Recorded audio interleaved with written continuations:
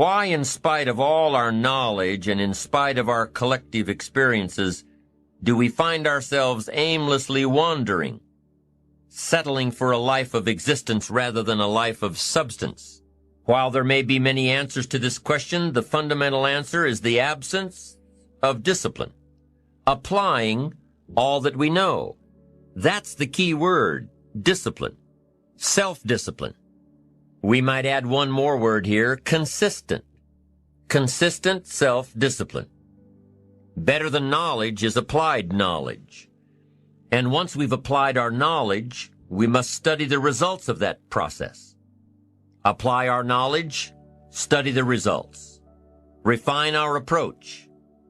Finally, by trying and observing and refining and trying again, our knowledge will inevitably produce worthy results, admirable results.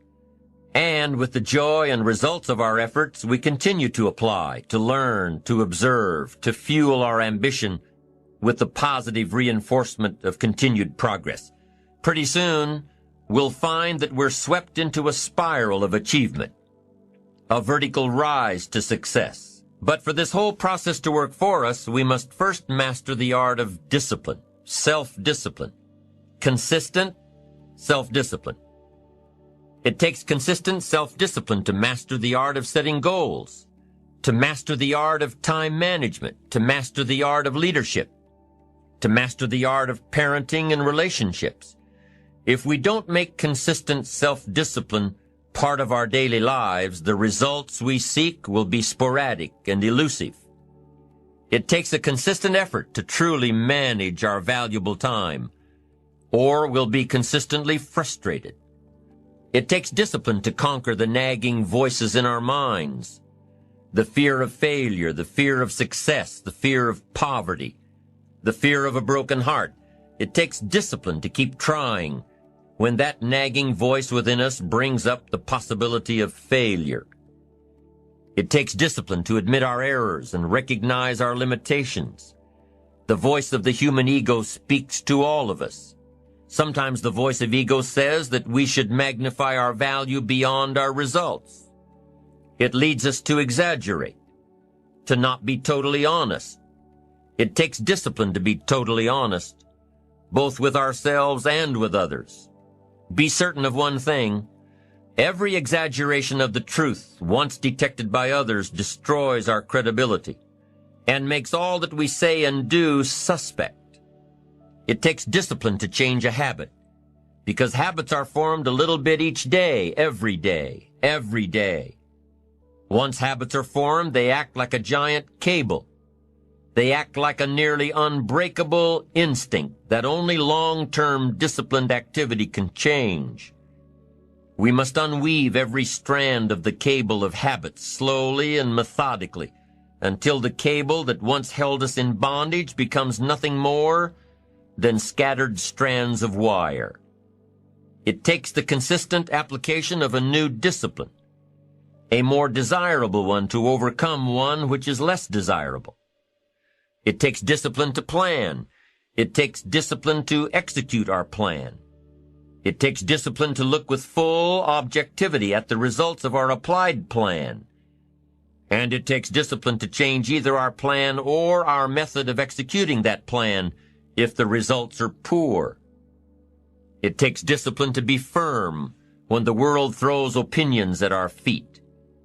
It takes discipline to ponder the value of someone else's opinion when our pride and our arrogance leads us to believe that we are the only ones with the answers. One good answer might be that discipline is a constant human awareness of the need for action, and a conscious act by us to implement that action. If our awareness and our implementations occur at the same time, then we begin a valued sequence of disciplined activity. Now here's the other side of discipline. If there's considerable time that passes between the moment of awareness and the time of our implementation, then that is called procrastination. Doing it tomorrow instead of today. Procrastination, an almost exact opposite of discipline. The voice within us says, get it done. Discipline then says, do it now. Do it to the best of your ability, today, tomorrow, and always, until finally the worthy deed becomes instinctive. Procrastination says later, tomorrow, whenever I get a chance. In every circumstance we face, we are constantly presented with these two choices. Do it now or do it later. Discipline and procrastination. A choice between a disciplined existence bearing the fruit of achievement and contentment, or procrastination, the easy life for which the future will bear no fruit, only the bare branches of mediocrity. The rewards of a disciplined life are great, but they're often delayed until some time in the future.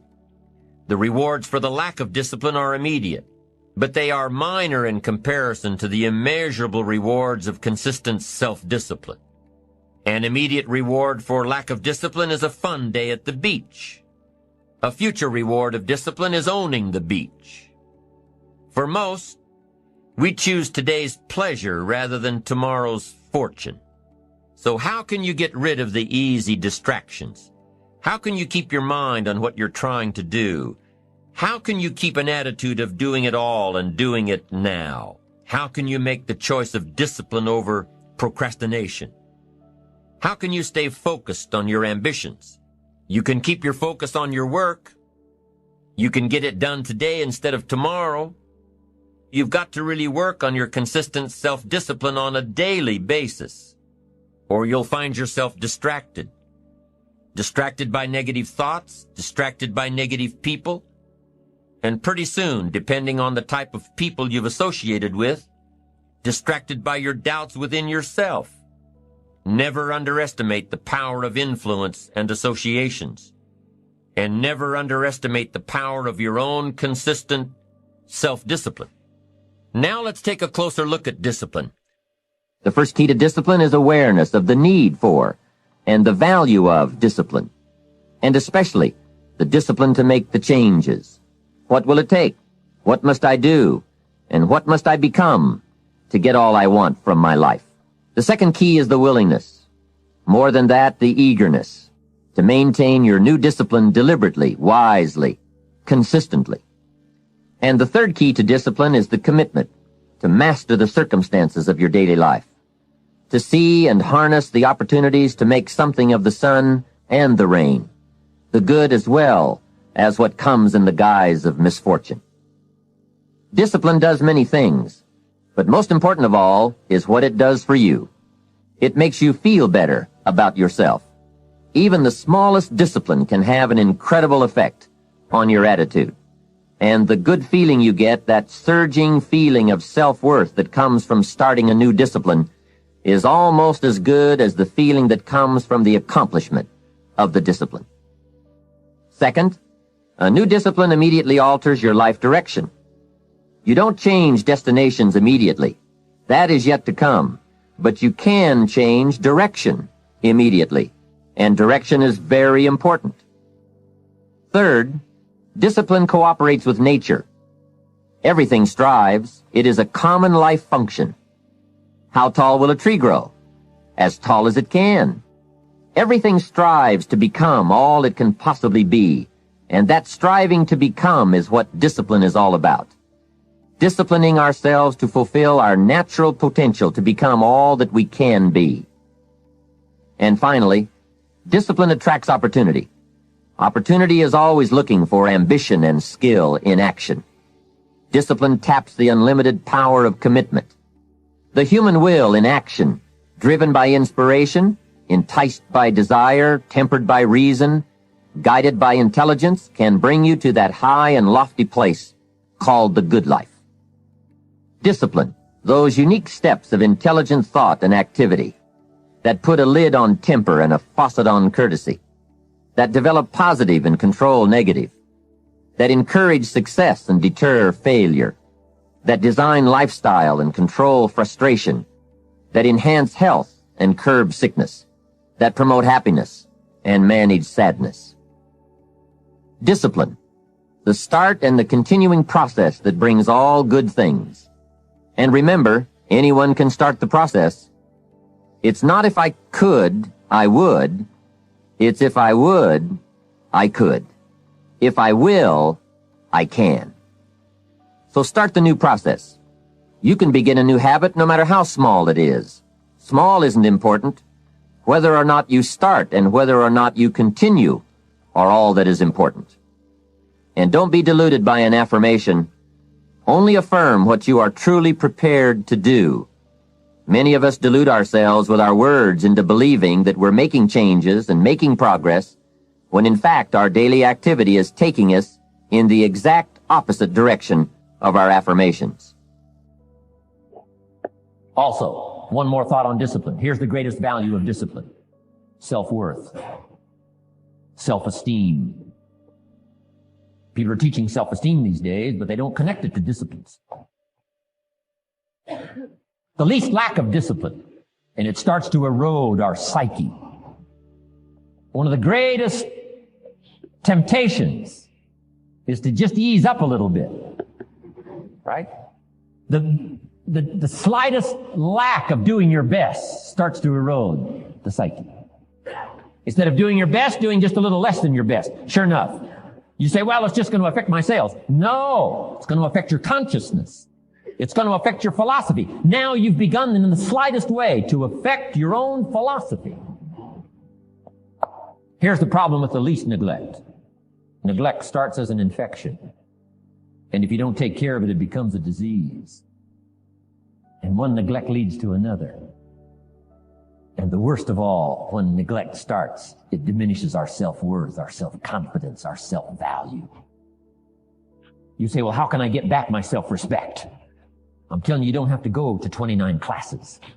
All you have to do is start the smallest discipline that now corresponds to your own philosophy, like I should, and I could, and I will.